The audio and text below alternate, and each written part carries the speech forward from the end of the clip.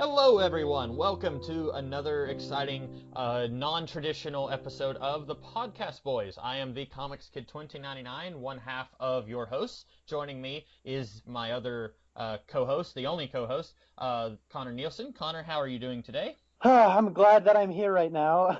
I'm glad you're here too, and I'm glad that I'm here. I'm glad we're all here. Today, Connor and I are going to be talking about, we each made a list of 5 episodes from Twin Peaks. Usually we talk about episodes of the series, but we've already talked about every episode. We've already talked about the movie, so as of right now, we don't have anything else to talk about other than top 5 and top 10 lists. So we are each going to be talking about our top 5 episodes that we like from this TV series Twin Peaks. I have a list. I imagine, with our top 10 characters, I don't know if it's because we're both more or less, we've always been on the same wavelength regarding this series, and we've also, since we've been talking to each other, we came to like the same characters for the most part. So our top 10 lists were more or less the same. There wasn't a whole lot of differences. There were a few places where you and I had different choices, but for the most part it was the same. I'm very curious to see if we're going to have the same situation here. And also, since we're only doing 5 episodes each, there's fewer opportunities for us to have crossing over of similar choices. I think so too. I at least wanted to do 5 episodes instead of 10 because I think when you do 5, it's better to kind of say one episode is a stand-in for like a specific period of this show, and then like doing something like 10, not only is that a third of the show, but at the same time, it's also, this is the episode before this one episode, and I liked this build-up, but my number 3 is all the payoff.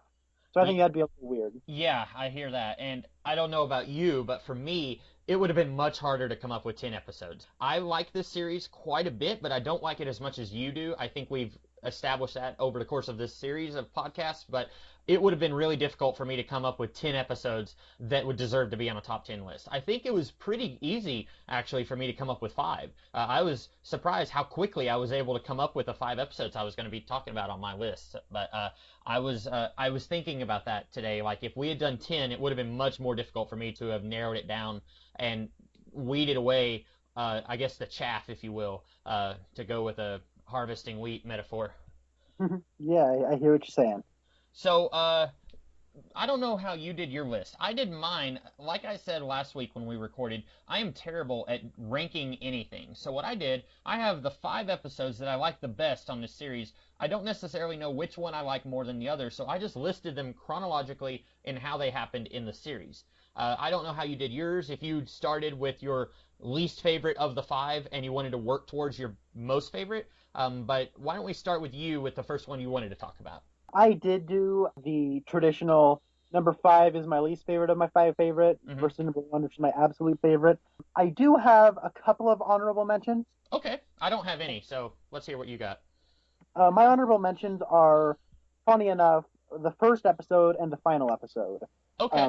The pilot episode is magnificent as far as pilots go. It does a great job of setting everything up and really drawing you in. I like how it really takes its time, and I think it's an expertly crafted piece of television. But at the same time, it requires you to watch other things. It's more there to intrigue you than anything. And then we have Beyond Life and Death, which I liked it. I was a little disappointed in, when I first watched it, but after watching Fire Walk with Me, it lended more credence to this episode for me, and I went back to it and liked it a lot more having seen the movie. And we should probably say we're only talking about episodes. We're not talking about the movie. Right. And if we were talking about the movie, it would probably be on your list, right? It would be my number 1. Oh, wow, yeah, that's right, you did. I love the movie. It would probably be in my top 5. I don't know if it would be number 1 for me or not. That's a tough one.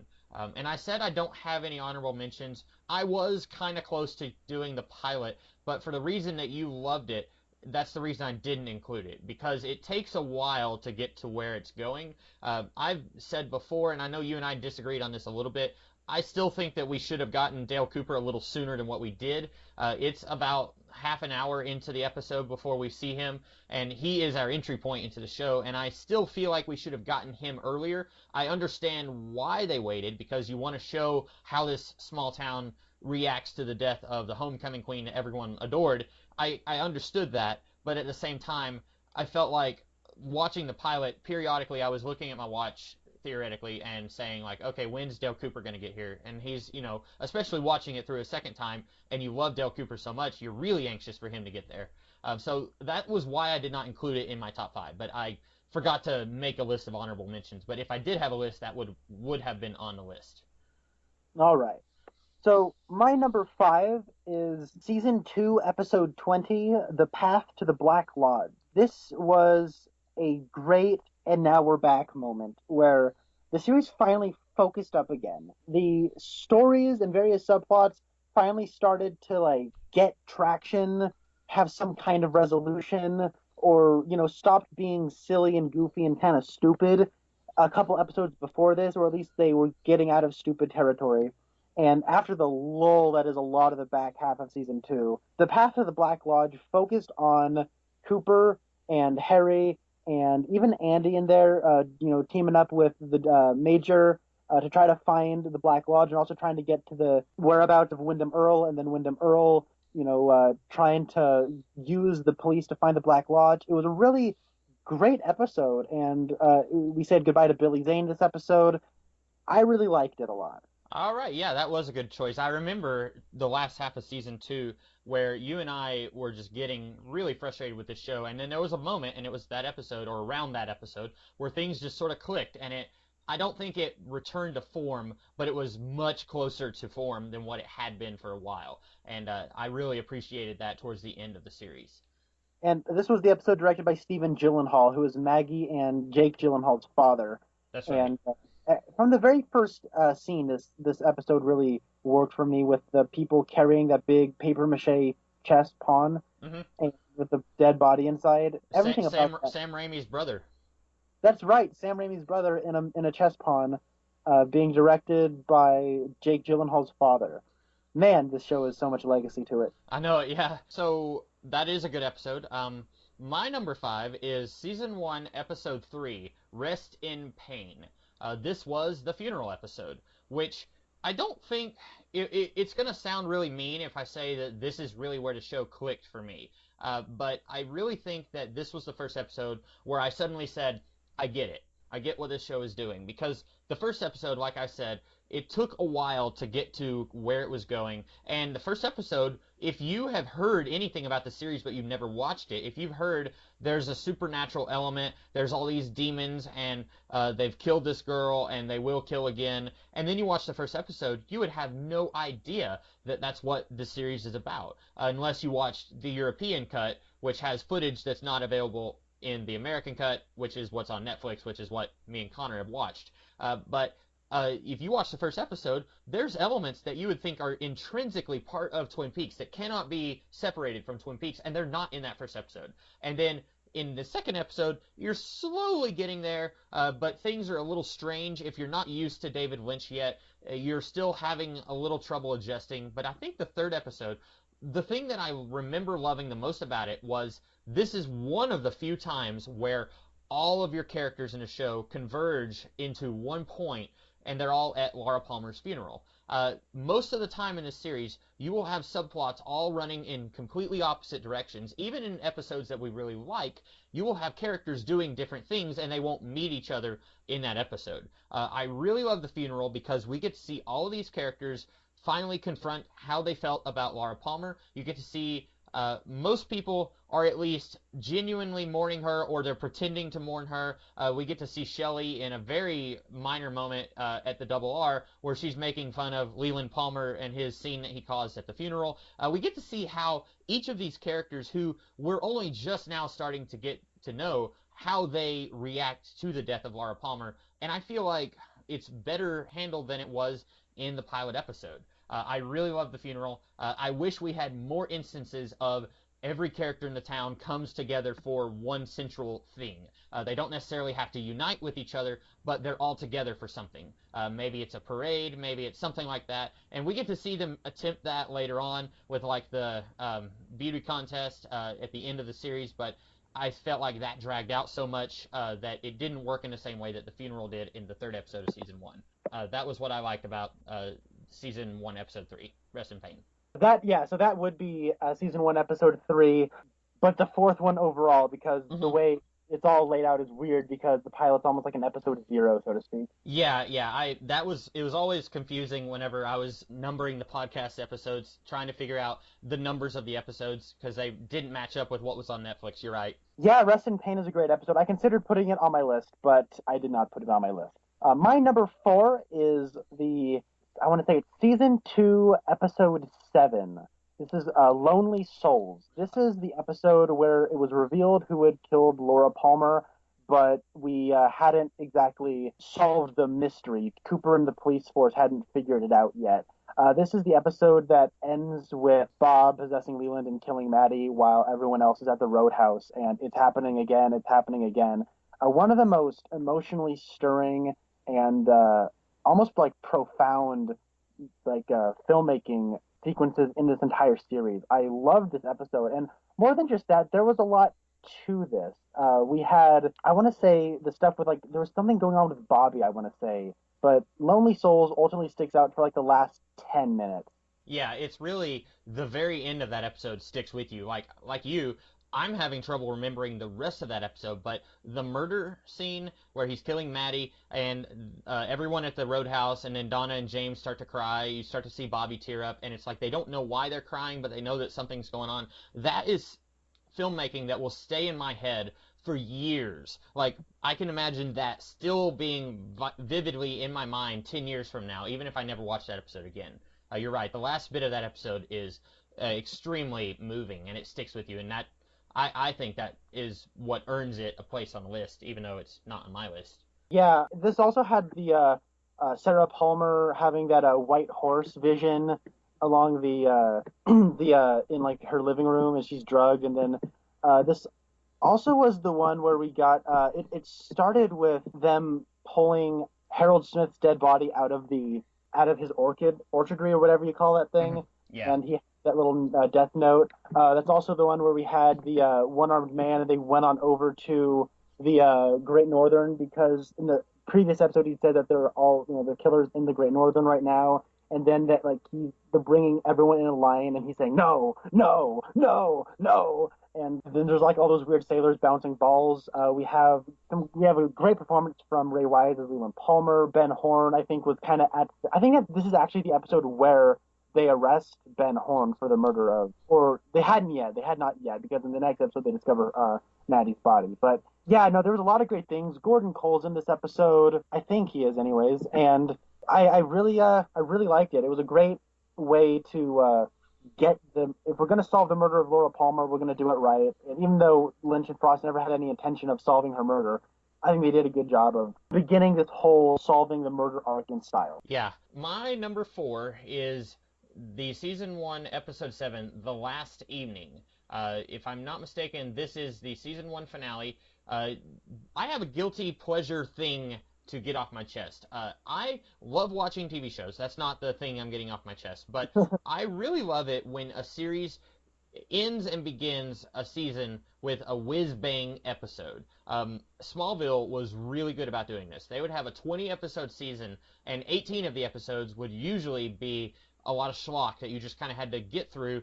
in order to get to the whiz-bang season finale. And it would always be something huge, like an airplane crashes, or an explosion happens, or Clark flies for the first time, something like that. They would always do something huge to make you want to tune in for the next season.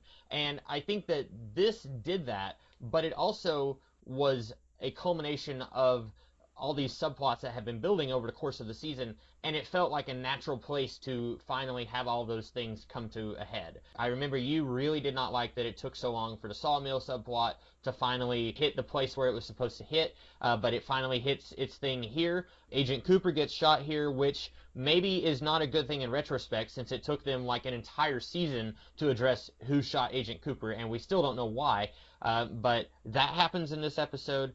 They arrest Jacques Renault. There's a whole bunch of things that happen in this episode. It feels very eventful. And season 1 felt quite a bit more eventful than season 2 did, but this episode felt more eventful than any of the other episodes in this season. It was just crammed with lots of really exciting stuff. You're perpetually on the edge of your seat. I really liked it for that. This was also where Dr. Jacoby gets beaten up by a dude, and we don't know who that is yet, but we do find out later on. Lots of stuff, really fun stuff happening in the season 1 finale. It was a great episode, and I did consider putting it on my list, but again, I didn't. The image from that episode that stuck in my mind, and that's a great episode, I should say, is the one with Bobby is walking after planting the cocaine, or maybe he's going to plant the cocaine and he's walking down an alley and he has a cigarette and he throws it on the ground.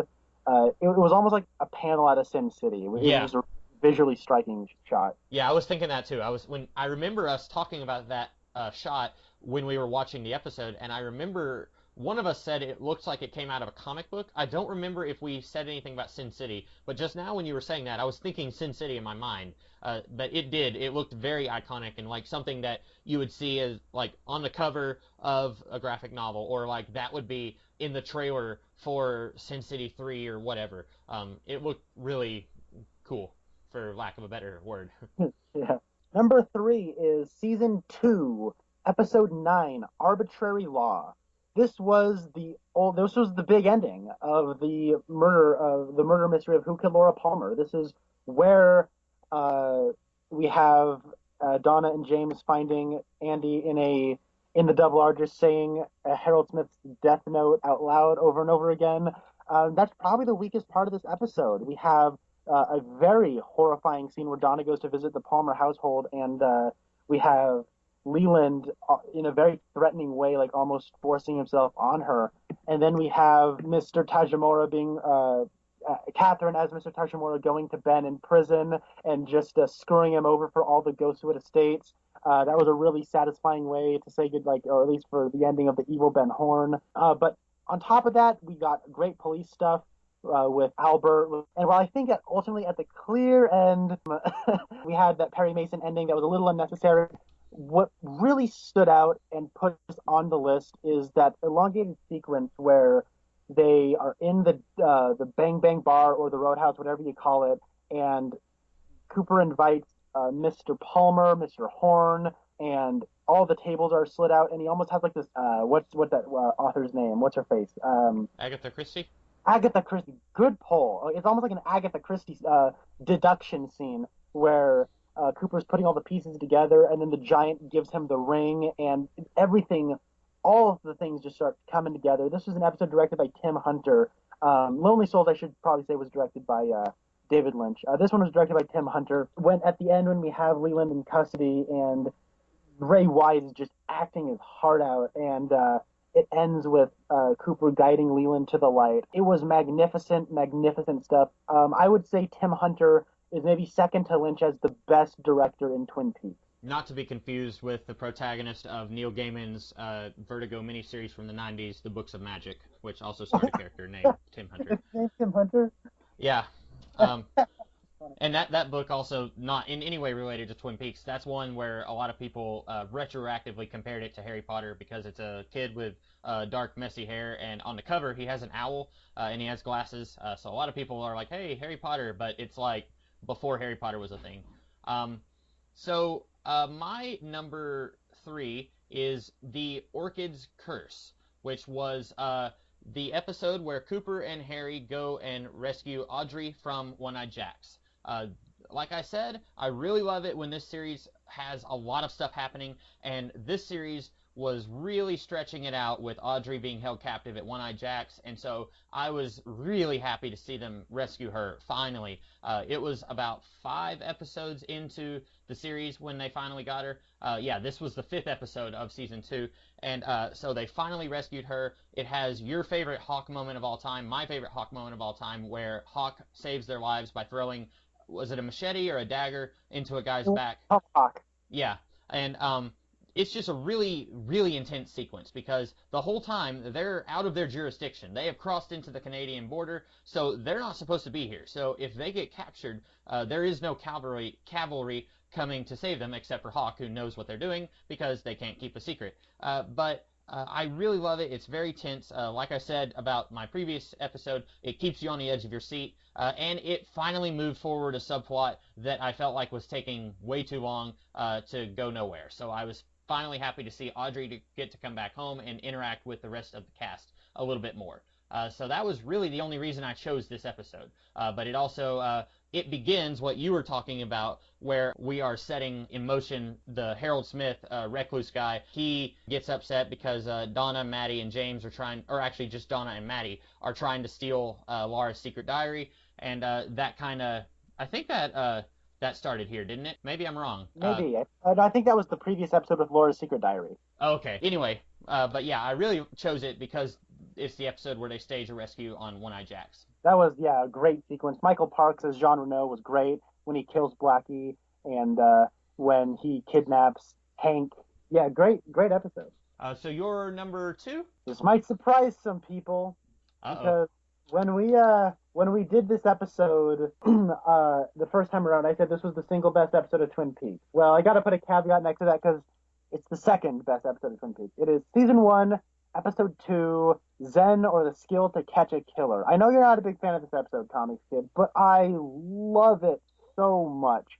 This has the iconic scene where they're in the woods and they got the Tibet monologue and then Cooper throwing rocks at a can and Andy getting hit in the head. Got that, this great stuff. This is just a great snapshot of Twin Peaks finally, like, not finally, but ultimately just kind of coming into its own, really committing to its status quo. Characters likable all over the place.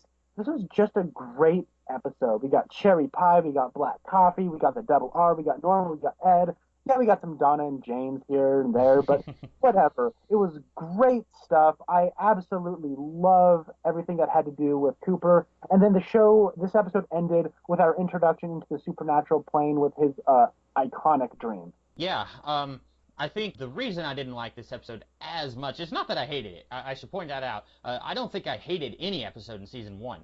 It's just that it was still taking a little while for things to start moving in a direction where I could understand things. I remember being frustrated when Cooper calls Harry and says, "Hey, I know who killed Laura Palmer," and then in the next episode he says, "Oh, hey, welcome, guys, I forgot." And so then they spend another, 15 episodes trying to figure it out. Things like that kind of frustrated me, but like you said, David Lynch and Mark Frost never intended to reveal who the murderer was, but then when you have something like that happen in your show, it's like you're tugging on the logic strings, I guess, if that's a thing, of the audience, and then you're like, nope, just kidding, we're not going to do it. But it does, you're right, it has a lot of really great stuff that is synonymous with Twin Peaks. I think this was the episode, There Was a Fish in the Percolator. One of my favorite sequences from Twin Peaks, the fish in a percolator. This has one of the better Josie moments, if such a thing can exist, when Catherine tells her that her shenanigans at the sawmill cost them X number of dollars, and then she asks Cooper what the shenanigans mean. It has some good moments in it, but it wasn't enough for me to put it on my list. But I can see why you would put it on yours. And I do like elements of it, yeah. And I should probably say it is directed by David Lynch. Well, the good ones are. And then I shouldn't say that because that's a slap in the face to Tim Hunter and the Stephen Gyllenhaal. Yeah, Gyllenhaal. I couldn't remember their last name. Yes, that's a slap in the face to Tim Hunter and Stephen Gyllenhaal, but I do like their episodes too. So David Lynch was not the only one capable of directing good episodes, I should say. My number 2 is also Arbitrary Law. I don't have much more to say about it that you haven't already covered, but I really like this episode because it brings everything about the Laura Palmer murder to a boil.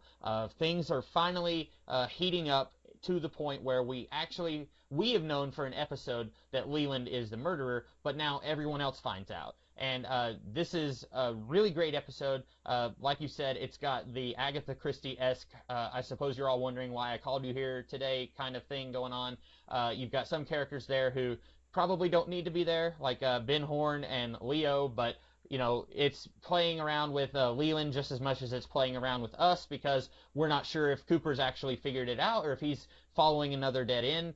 So it's a really great episode because in a way, it kind of, for me, in my mind, it is the finale to the Twin Peaks story. Everything that follows that for a while is just kind of, I know you hate this word, but it's kind of filler. It's just stuff that's happening until they can get to the actual season 2 finale. But just about everything that followed this episode almost doesn't count as true Twin Peaks for me. I think that if you watch season 1 and the first 9 episodes of season 2, and there's good episodes after season 2. I really like the next episode, the disagreement between two brothers, but they're not necessarily essential to what I consider to be the true narrative of Twin Peaks. I think if you throw in Fire Walk with Me, it and the first half of season 2 and season 1, it all acts as one large narrative, and then I think the rest of season 2 just doesn't quite fit in that. And I think this does a really good job of capping off everything that they had been doing with the Laura Palmer murder. And like you said, they were never intending to do that, but then they did a really good job of doing it anyway. And so I don't have a whole lot more else to say about it because I think you pretty much summed up everything that's great about this episode. All right. My number one pick for Twin Peaks is Firewalk. Oh, wait. My number one pick is season 1, episode 4, or the 5th episode overall, The One-Armed Man. I am shocked. Directed by Tim Hunter. I am shocked that this episode is always ranked amongst the lowest whenever I look up rankings of Twin Peaks episodes, because this is the perfect snapshot at Twin Peaks at its, pun intended, peak. This is the one that when I think of Cooper and the gang all trying to figure out who killed Laura Palmer and the town is keeping secrets, I think of this episode. This episode has it all. This has Audrey saying, hey, I really want to get with that Agent Cooper, so I'm going to get proactive. Hey, Donna, psst, I'm going to solve the murder of Laura Palmer, you stupid idiot. So she invites her into the restroom and starts smoking a cigarette and says, hey, I'm going to figure it out. You know, I'm school. We got James and Donna being a little annoying, but we don't actually have a whole lot of James and Donna. We have Maddie really starting to meet the members of Twin Peaks. This is where Hank meets his parole, so we get a real introduction to Hank and immediately find out that he's more involved in what's going on around in the bigger picture. This has the notorious Josie moment of, hey, Josie, what were you doing at the hotel today? Oh, I wasn't there. Hawk saw you. I gotta go now. It has that moment, the definitive Josie moment. It's got Hawk high-fiving the guy. It's got them going to Bob Heidecker's veterinary clinic to find out that Waldo was Jacques' bird was treated there. It's got all this dream logic really starting to come to fruition, and I love it. But more than anything, it's got that part where Hawk, Harry, Cooper, and Andy are all just gun shooting in the basement and just talking about life. Probably the best character moment, but shared character moment in all of Twin Peaks. This episode is fantastic. I absolutely love it, and I could honestly just watch this episode all by itself at times. This is, in my eyes, the single best episode of Twin Peaks. Well, I wish I had put that on my list because you just made a great case for that being number one. You're right. God, I'm so sorry. I forgot another thing about this episode I love. Oh, yeah? This was the Sawmill subplot at its most bearable because it was all on Ben Horn's shoulders. This is where he was screwing around with Catherine and being all mischievous, and then he walks on over here to go talk to Leo and be like, hey, this is Bernie Renault and Sack over here. Like, it's so awesome. Ben Horn is the man. Yeah, and you know, we like to say, and I think if you are going back and listening to our podcast from the beginning, you could probably make a drinking game out of every time we say that this is a soap opera that's also a parody of a soap opera, take a drink, because we say that all the time, and this episode was classic soap opera that's also a parody of soap opera. It introduces more characters in the form of Hank, and then we find out that he's connected to Josie somehow, like you said. It's classic soap opera, just with a budget, and it's not done in one take like most soap operas. But yeah, this episode really was good. And I really liked that scene where they're in the basement shooting. Also, I thought that was probably the best, like you said, the best shared character moment. There might have been a few other moments where it's like a character who gets to shine that's better than that moment, but I constantly found myself wishing that we had more moments of like Andy and Cooper just go and grab some donuts and are just chilling, and they talk about, you know, the music that they like or something like that. I wish we had more moments like that, and you're right. This episode shined because it had that. This was that episode that had the recurring motif of hiding things. This is one where Shelley says to Bobby, hey, come over here. I have this secret compartment. This is a bloody shirt that Leo had.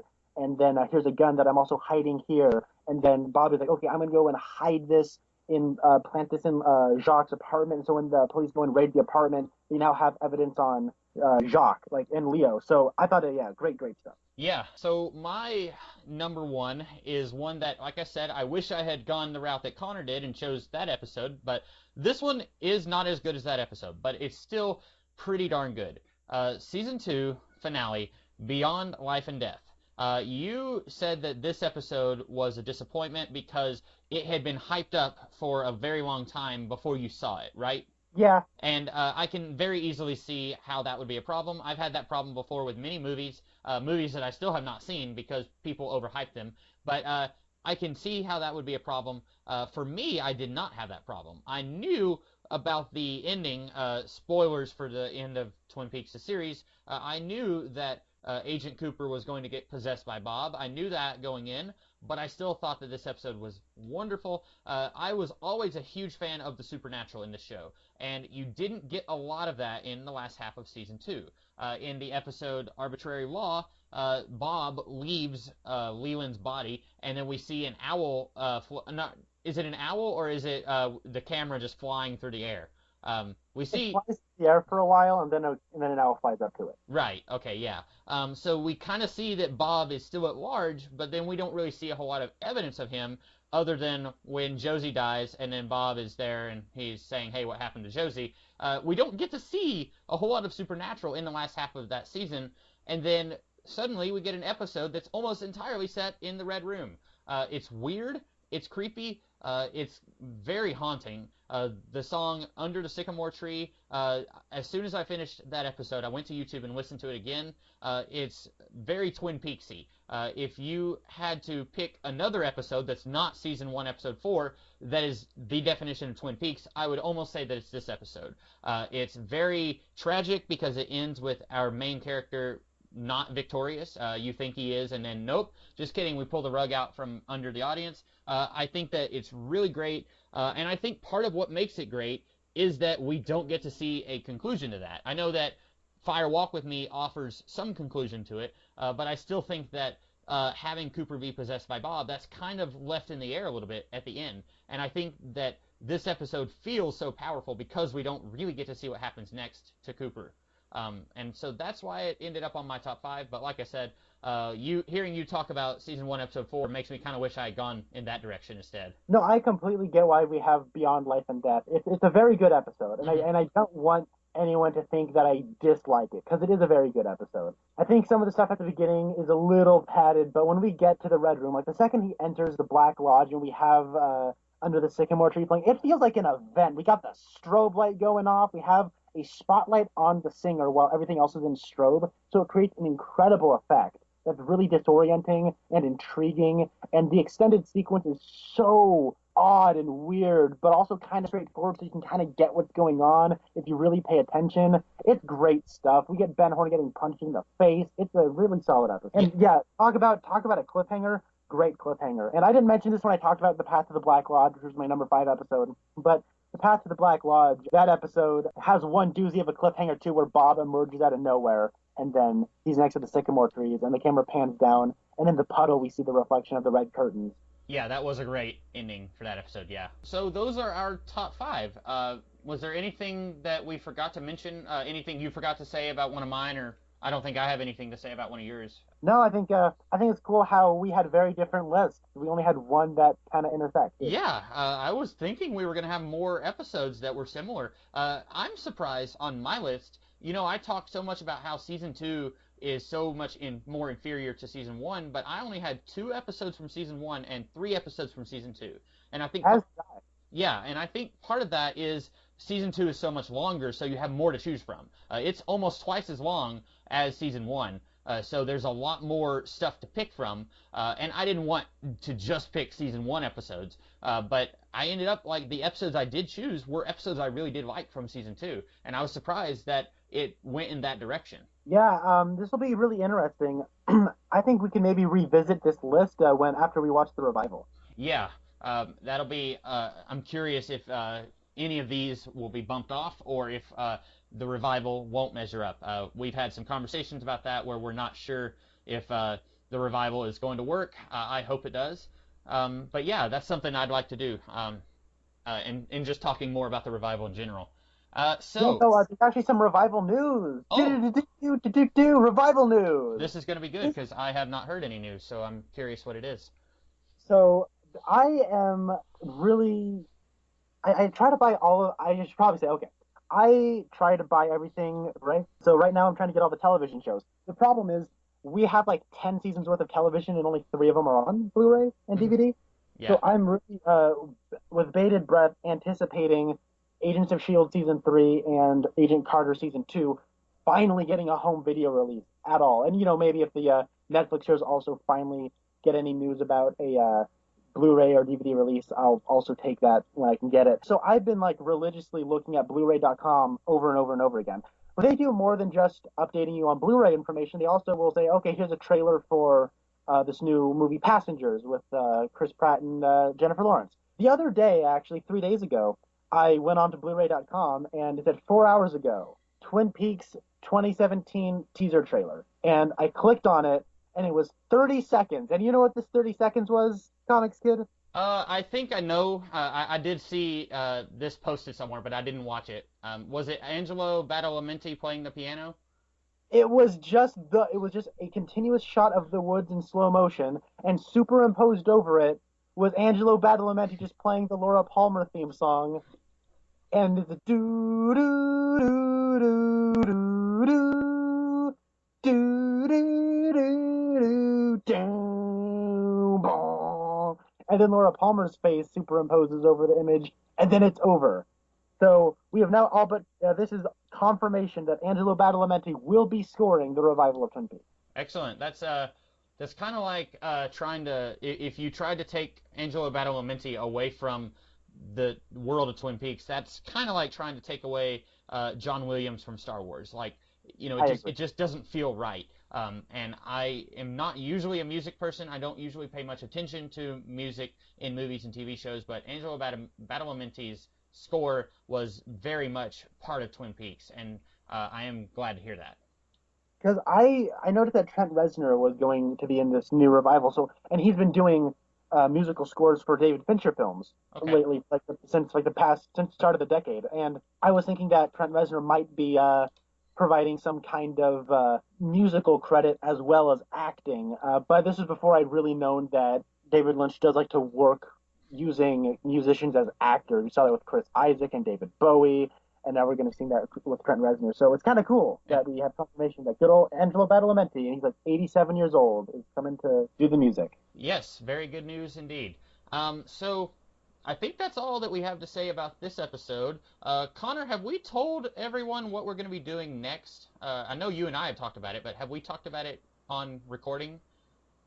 We might have mentioned it once or twice in passing. Okay. Well, what we're going to do is, in case we haven't, Geekvolution, Brownco Eric and his friend Matt, they and occasionally guest stars like Captain Logan and Steve Baxi, they have done this show for a while now called Let's Do It Again, where they will pitch a movie reboot or sequel or prequel or something like that, and they will usually give some kind of stipulations on what this pitch has to involve. Maybe it's a pitch that comes out today, hypothetically, or maybe it's a pitch that came out a year after the thing that it's sequeling. But we are going to be we're shamelessly stealing that. Me and Connor are going to be doing our own pitches for if Twin Peaks had gotten a third season. And instead of it being called Let's Do It Again, we are calling it It's Happening Again. I don't think we have any stipulations on this, do we? We had talked about this. Are we pretending like Fire Walk with Me did not happen? We are not acting like that happened. We are acting like this is going to be season 3 premiering in 1992. Okay, which was a year before Fire Walk with Me, right? Yeah. Okay, so No, wait, I'm sorry. This is season 3 premiering in 1991, after like a couple months after season 2 had just finished out and before Fire Walk with Me would have ever come out. right. So we can incorporate elements maybe from Fire Walk with Me. We can like if we want to include David Bowie's character, we can totally do that. But we're gonna act like 25 years has not passed. We're just gonna go straight into like our own fan continuation of what happened after season 2. And neither one of us knows what the other one will be doing, so it's going to be very interesting to see which directions we both go. And I think in the top 10 characters list where we had a whole lot of intersection, and in this one where we had very little, I imagine we are going to have absolutely no intersection in this It's Happening Again video. But it'll be interesting for us to hear each other's pitches. So I'm very much looking forward to that. Ever since Connor first suggested this, I had been thinking about it. I've got some notes written out. It's going to be very challenging to do, but I'm very excited about it. Yeah, I'm stoked. And I think that's all that we have to say for today. In the meantime, I am the Comics Kid 2099. And I am Connor Nielsen. And we'll talk to you guys in a week. Have a good one.